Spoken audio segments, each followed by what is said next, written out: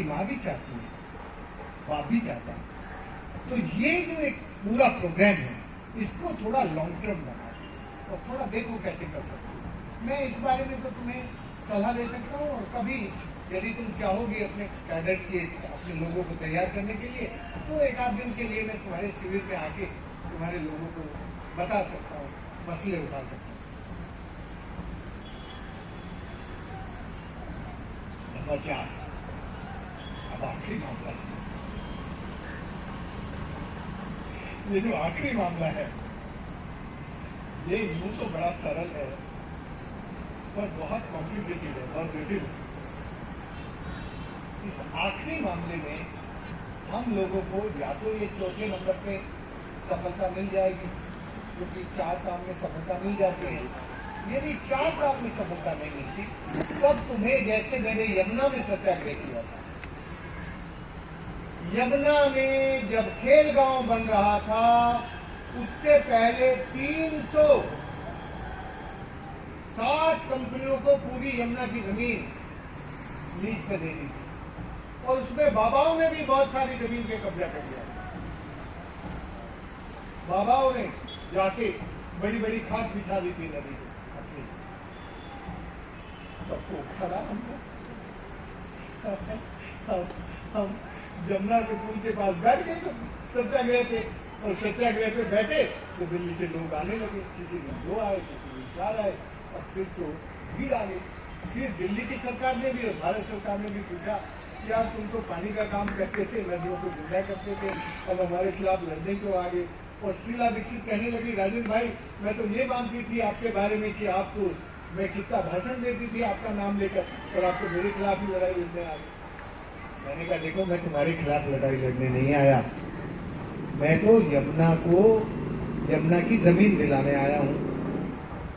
तो आपने यमुना की जमीन इनको दी क्यों दी? यमुना से पूछा क्या? और हम यमुना के बेटे हैं, हमसे पूछा क्या? तो उसके पास जवाब नहीं था। फिर फाइनली अर्जुन सिंह ने इसमें दखल किया। अर्जुन सिंह उन दिनों ये ह्यूमन रिसोर्स के थे, और ये जो इंफ्रास्ट्रक्चर है ना, उसके पूरे भारत में अध्यक्ष थे। तो उसने कहा भाई ये तो इंफ्रास्ट्रक्चर को ये जमीन देना तो बिल्कुल न्याय नहीं है, नदी की जमीन कैसे दे सकते? और उसने गवर्नर को बुलाया, लेफ्टिनेंट गवर्नर होता है दिल्ली में, तो उसने कहा कि 5 दिन के अंदर अंदर ये सारे कैंसिल हो जाने चाहिए, सब कैंसिल हो। अब एक भी यमुना की जमीन पर फैक्ट्री नहीं है। उन्होंने सब कोका-कोला, पेप्सी सबको नहीं दी, क्योंकि जमीन में पानी था। तो वो पानी का व्यापार करते हैं, तो ये अभी पूछी थी ना मेरी बहन, वाटर ट्रेडिंग, तो सब शुरू हो गया था दिल्ली में। तो वाटर ट्रेडिंग हमने वहाँ ऐसे रुके, ये सब अब नए सिरे से आएगा। तो मैंने कहा ना सादा चाहिए, अभी दोबारा लड़ना पड़ेगा। तो मैं अब 5वीं बात पे आता हूँ। आखिरी 5वीं बात जो है वो सत्याग्रह की है, और उस सत्याग्रह में आप सबका विराज चाहिए। मैं अंत में कहता हूँ कि तुम यदि शुरू करोगी तो मैं भी आ जाऊंगा, जैसे आ जाऊंगा, 17 दिन के लिए आ जाऊंगा। और वो करना पड़ेगा स्टेज में, पूरी तैयारी से करना पड़ेगा, ऐसे ही नहीं।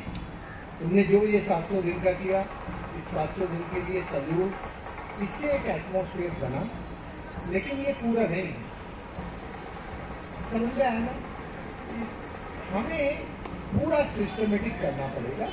सिस्टमेटिक करेंगे और एक साथ बैठेंगे सब लोग, तो उसका असर है, उससे बदलाव होगा। मैं अपनी बात को खत्म करते हुए अब आपसे संवाद करना चाहता हूँ। किसी के मन में कोई सवाल हो तो सवाल पूछिए, और तुम्हारी भी कोई बात रहेगी हो तो सवाल पूछिए। हाँ, यस।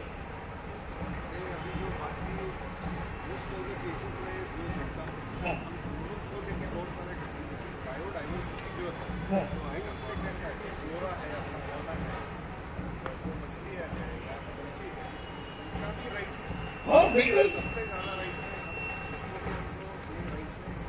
बिल्कुल बिल्कुल ठीक कहा।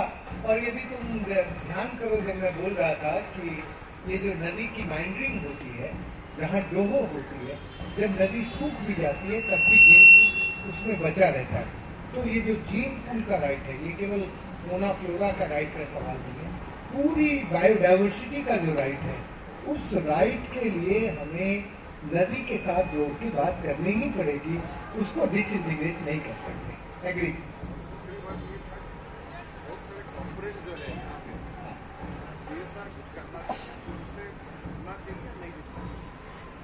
और देखो, ये बड़ा जटिल सवाल है और इस सवाल की जटिलता बहुत खतरनाक है। तो मेरी राय तो, यदि आप अपने को एक आंदोलन की तरह देख रहे हो तो फिर बिल्कुल नहीं जुड़ेंगे। यदि जुड़ेंगे तो हम लोग कमजोर हो जाएंगे, फीके पड़ जाएंगे और हमारा पानी निकल जाएगा।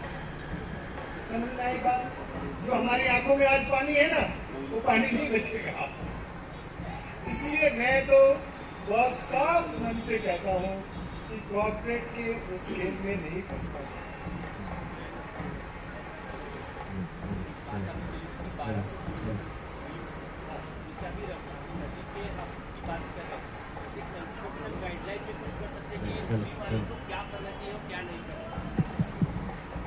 बहुत अच्छा सवाल है, बड़ा गहरा सवाल है। मैंने जब ये रिपोर्ट बना रहे थे, उसी वक्त एक पूरा चैप्टर इसी पे रखा कि जहां स्ट्रीम्स हैं वहां पर कंस्ट्रक्शन नहीं करना चाहिए, बल्कि नदी में उस स्ट्रीम में जो एनक्रोचमेंट है, उस एनक्रोचमेंट को हटाने के लिए उस स्ट्रीम का आइडेंटिफिकेशन, डिमार्केशन और रिकॉर्ड में नोटिफिकेशन। अभी तुम्हारी किसी भी रिकॉर्ड में इस तरह की छोटी स्ट्रीम नोटिफाइड नहीं है। इसलिए ये जो रिपोर्ट जिसकी बात हमारा नरेंद्र कर रहा था, उसके प्रियम्बल में लिखा है, क्यों भाई तुम्हें लिखा है ना, आइडेंटिफिकेशन, डिमार्केशन एंड नोटिफिकेशन। यदि वो नहीं होगा तो वो स्ट्रीम बचेगी नहीं, खेती में, उद्योग में, सब में चली जाएगी।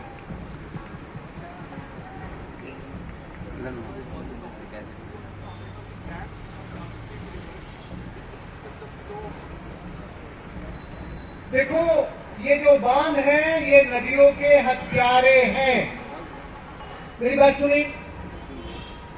ये जो बांध हैं ये नदियों के हत्यारे हैं।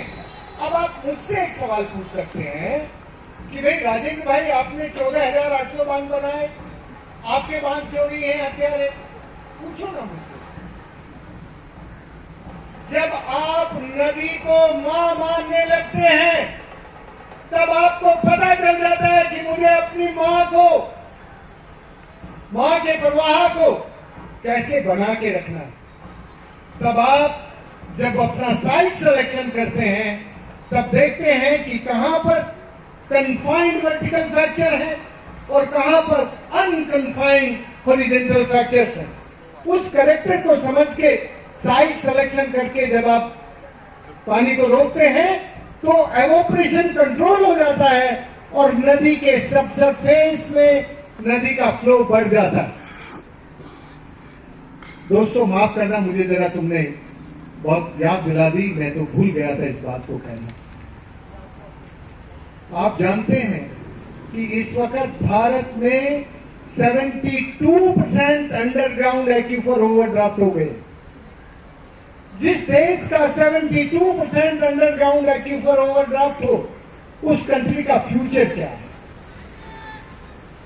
अभी तक हमें कोई क्लाइमेटिक रिफ्यूजी नहीं बोलता, लेकिन जिस दिन हम पानी के कारण लाचार, बेकार, बीमार होकर यूरोप, अमेरिका जाएंगे, तो जैसे अफ्रीकन्स को और सेंट्रल वेस्टर्न एशियन कंट्री के लोगों को यूरोप और अमेरिका क्लाइमेटिक रिफ्यूजी कह के हेट करता है, वैसी हेट हमसे नहीं होने लगी। अभी हम उनके लिए कामधेनु गाय हैं, अभी हम उनकी लायबिलिटी नहीं है, अभी हम उनको कमा के टैक्स देके आते हैं, पैसा देके आते हैं, अभी हम उनके लिए उनके कमाई के धंधे। इसलिए दोस्तों, हमें अपनी नदियों को जिंदा रखना इसलिए जरूरी है, नदियों पर प्रवाह देने के लिए हमें ऐसी जगह, ऐसे नेचुरल डिजाइन में ये स्ट्रक्चर बनाने चाहिए जिससे नदियों का रिचार्ज बढ़े, नदियों में फ्लो आए और नदियां पेरेनियल होकर बहने लगे। मैं तुम्हारे सामने इस हाउस में खड़ा होकर बोलता हूँ, मैं पहले अब से 1 महीने पहले बोला करता था कि हमने 14 नदियां जिंदा की। आज मैं बोल रहा हूँ कि हमने 33 नदियां जिंदा की,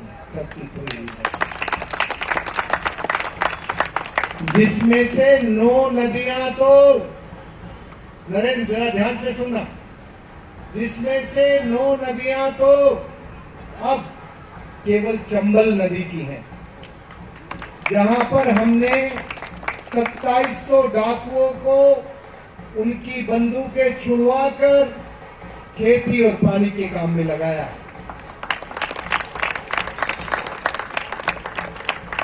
मेरे बांध ने नदी की हत्या नहीं की। सरकारी बांध इसलिए नदी की हत्या करता है कि जो इंजीनियर होता है वो इंजीनियर केवल इरिगेशन के लिए वाटर की जो वो है डिमांड, उसको ध्यान में रख के सप्लाई सिस्टम को बढ़ाता है। हमने डिमांड और सप्लाई सिस्टम पर काम नहीं किया, हमने रिचार्ज पर काम किया, हमने नदी के फ्लो पर काम किया, हमने नदियों को प्रवाह देने का काम किया। इसलिए हमारे काम से 33 नदियां जिंदा हुई हैं। मैं आज के बाद, इस कार्यक्रम के बाद सीधा फिर चंबल जा रहा हूँ। मैंने भी ये 9 नदियां नहीं देखी हैं जिन पे हमारा काम चल रहा है। आजकल मैं बाहर ज़्यादा रहने लगा हूँ, तो हमारे जो साथी वहाँ काम कर रहे हैं उन्होंने कहा कि इस साल तुम कितनी नदियाँ देख रहे हो? 4 देख रहे हैं। उनमें से ये 4 देखे आए, मैंने अभी नहीं देखी, वो 4 भी नहीं देखी। मैं तो केवल 2 को जानता हूँ, पार्वती और सेवनी को, लेकिन अभी तो 9 हो गई हैं। 9 नदियाँ हमारी पहले नहीं हो गई। इसलिए यदि तुम नदी को थोड़ा प्यार व्यार करने लगोगे तो फिर बांध बनाने की, बड़े बांध बना के नदियों की हत्या करने की जरूरत नहीं रहेगी।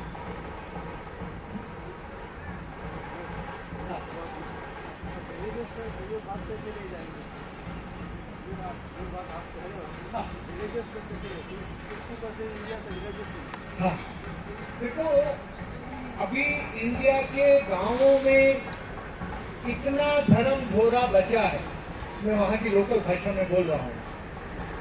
वो जानते हैं कि यदि पानी होगा तो उनका जीवन चलेगा, बचेगा, सुखी, समृद्ध और शांत होगा। हम शहर के लोग ये बात नहीं जानते, क्योंकि हमारा दिमाग शिक्षा ने पोल्यूट कर दिया है। हमारा जो ब्रेन है वो इस एजुकेशन ने पोल्यूट किया है।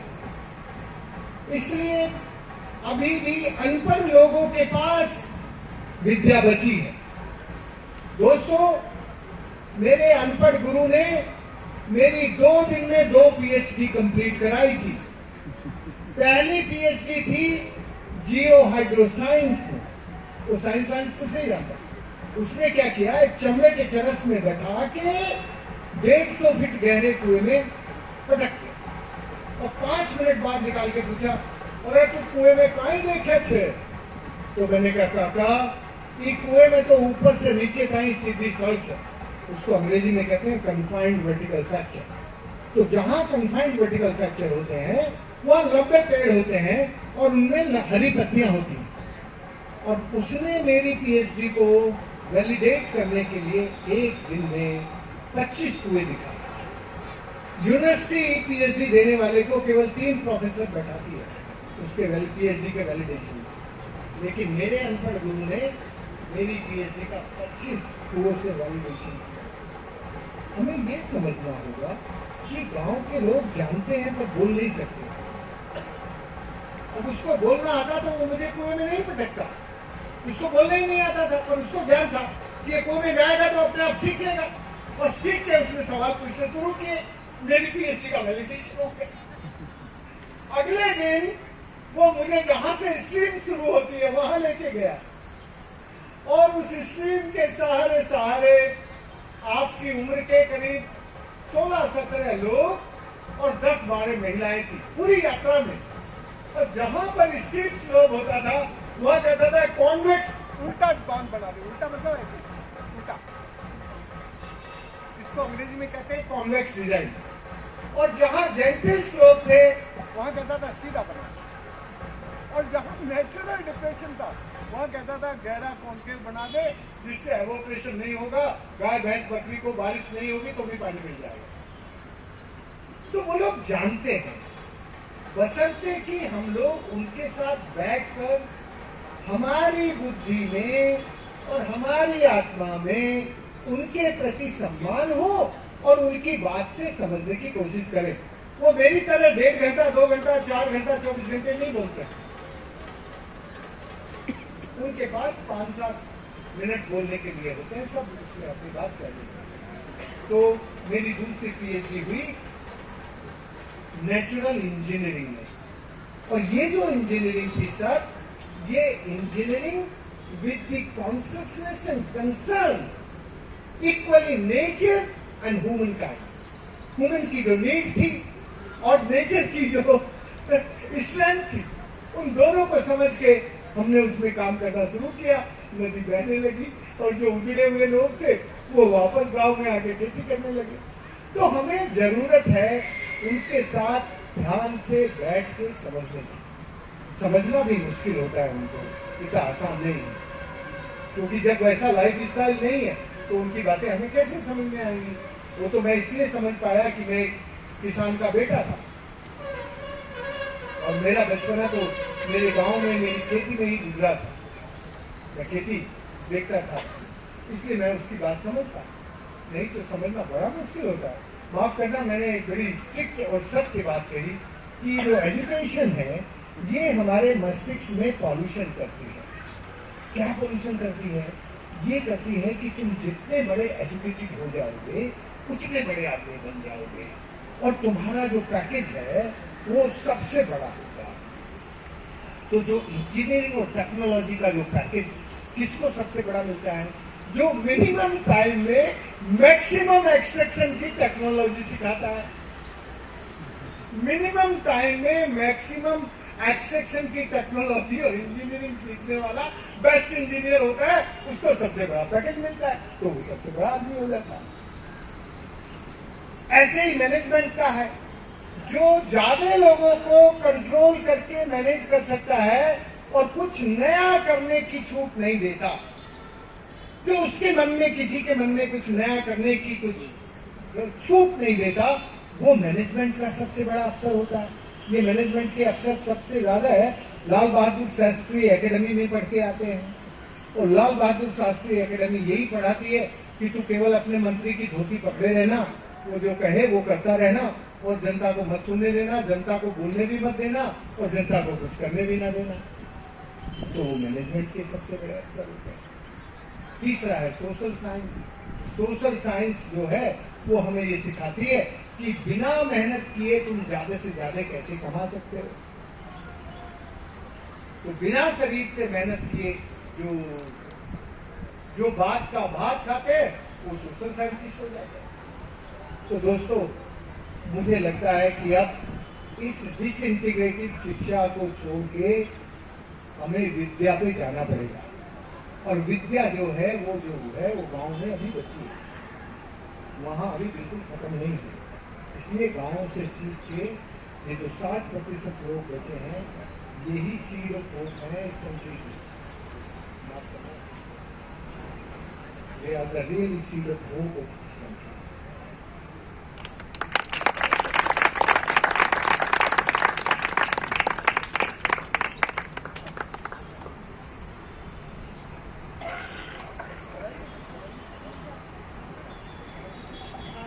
थैंक यू भाई जी। आप सब लोगों को ये सब जितने भी पॉइंट्स हैं, आई एम श्योर बहुत लोगों ने नोट किए होंगे या वीडियो रिकॉर्ड किया होगा। अब मैं आप सब लोगों को एक एक्सरसाइज कराना चाहती हूँ, जिसके पीछे भी बहुत सुंदर स्टोरी है। अगर आप बता सकें तो बहुत अच्छा होगा कि कैसे उन्होंने एक रात में ये विश्व जल प्रार्थना लिखी थी जब वो विदेश में किसी एक बहुत बड़े सम्मेलन में गए थे। सो ये विश्व जल प्रार्थना उसका एक यूट्यूब वीडियो बनाया गया है जो सुमन पांडे सर ने उसका म्यूजिक और गाना सब कुछ हुआ था अच्छा। तो मैं चाहती हूँ विद योर परमिशन कि ये मैं प्ले कर सकती हूँ और सब लोग आप कर करके अगर ये सुने तो आपको वो नदी से कनेक्शन का जो फील है वो आप बिल्कुल एक्सपीरियंस कर सकेंगे। और ये वीडियो यूट्यूब पे अवेलेबल है, आप सब लोग उसको फिर वहाँ से भी सुन सकते हैं। Is that okay? ह्या प्रार्थनेचे सगळे शब्द डॉक्टर राजेंद्र सर आणि जागतिक जेव्हा जलपरिषद होती तेव्हा ते इस्तांबूलला होती, त्या ठिकाणी रात्री त्यांना विचारलं की तुम्ही एवढं तुमच्याकडे हे आहे वारसा आहे, एवढा वारसा तुमच्याकडे आहे तर तुम्ही नद्याबद्दल काही सांगू शकाल का? मग त्यांनी रात्री 12 ते सकाळी 4 पर्यंत बसून एक अशी कमी गणाक्षर संयुक्त नसलेल्या सरळ सरळ रचना त्याची आहे आणि ती आपल्या पुण्याच्याच एका गायिकेने गायलेली असं माहिती आहे.